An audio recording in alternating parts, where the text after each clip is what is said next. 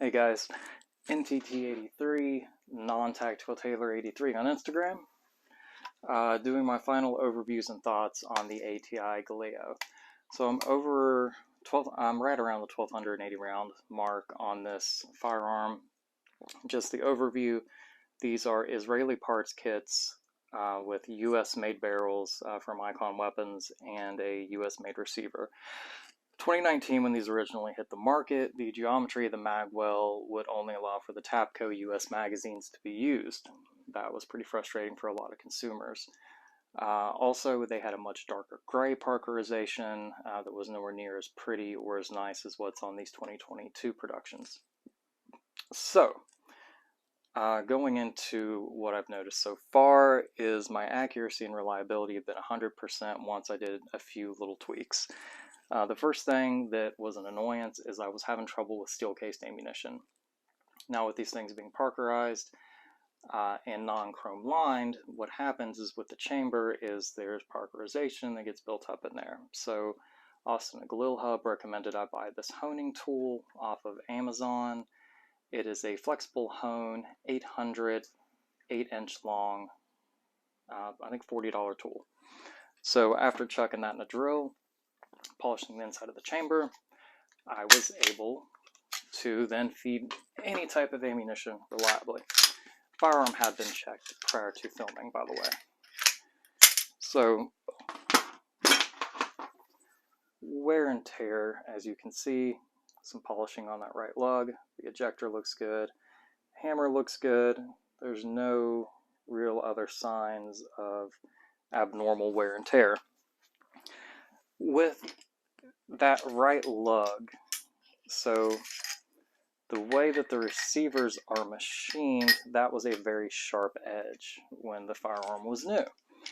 As you're shooting it, that became more rounded, like the geometry of the other side of the receiver, and that happened at around the 500 round mark and then stopped.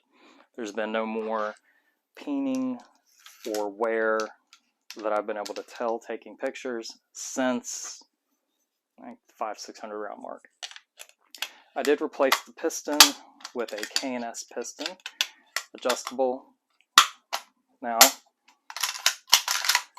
that was unnecessary in the end because I have to leave it turned all the way off. However, the geometry of the K&S piston it does cause less wear and tear than a regular piston.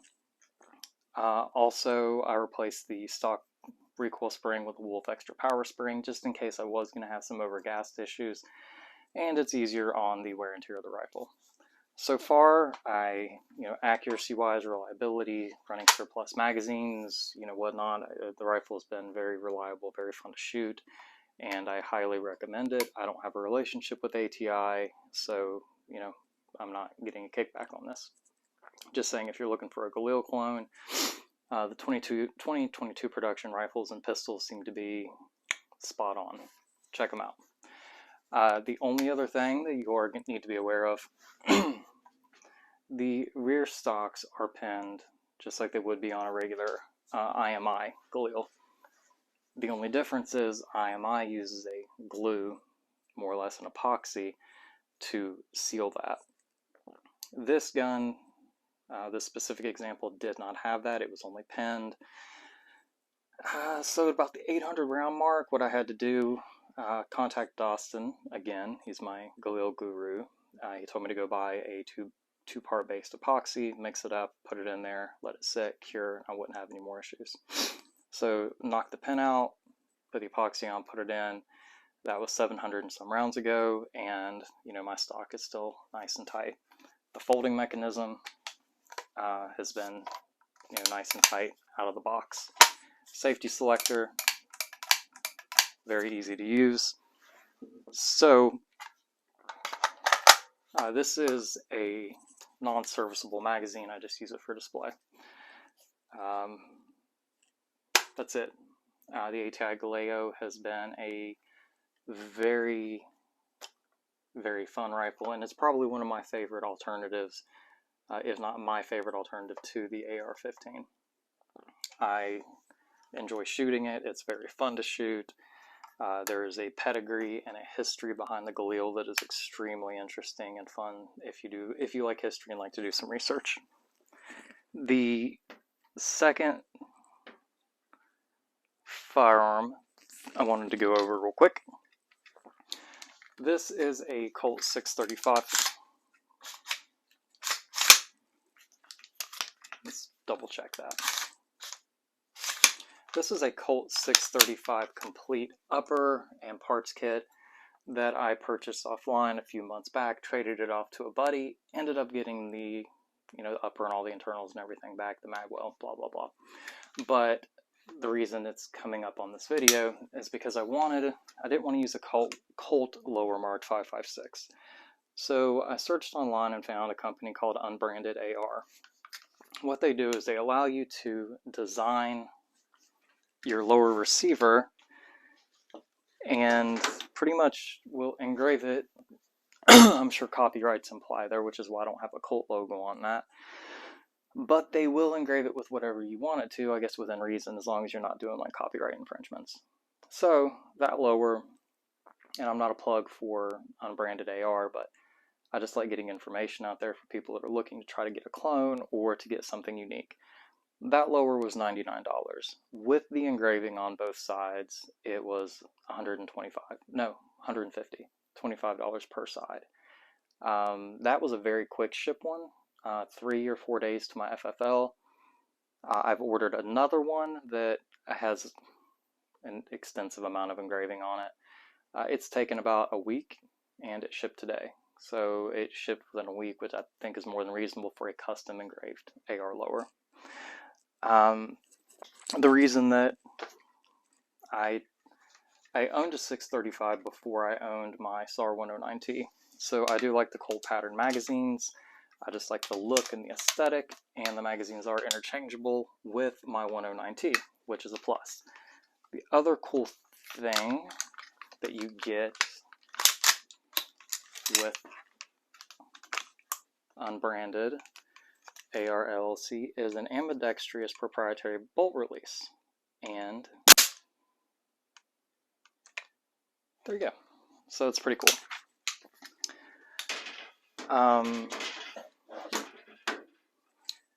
Again, those are questions primarily I've got off of my Instagram, not really so much on my YouTube channel, but you can't do extended videos on Instagram, so I'm putting it on my YouTube channel. So, summary, Unbranded AR LLC is the one I got the lower for, or who made the lower for my Colt 635 upper. My Galil is an ATI Galeo 2022 production. It has been 100% after the only real tweaking that was necessary to get it to function off steel-cased ammunition was the honing brush.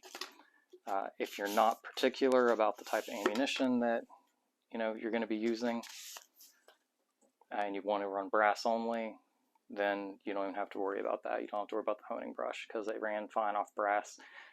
Brown Bear ammo worked fine. It was strictly Tula that would get stuck in the chamber. Outside of that, thank you for watching. On Instagram, it is non-tactical Taylor 83. If you want to check that out, I'm not trying to get famous here. I'm not trying to get monetized. Only thing I'm doing is I like to put information out there about guns or accessories and firearms that aren't out there's not too many videos out on the market for them.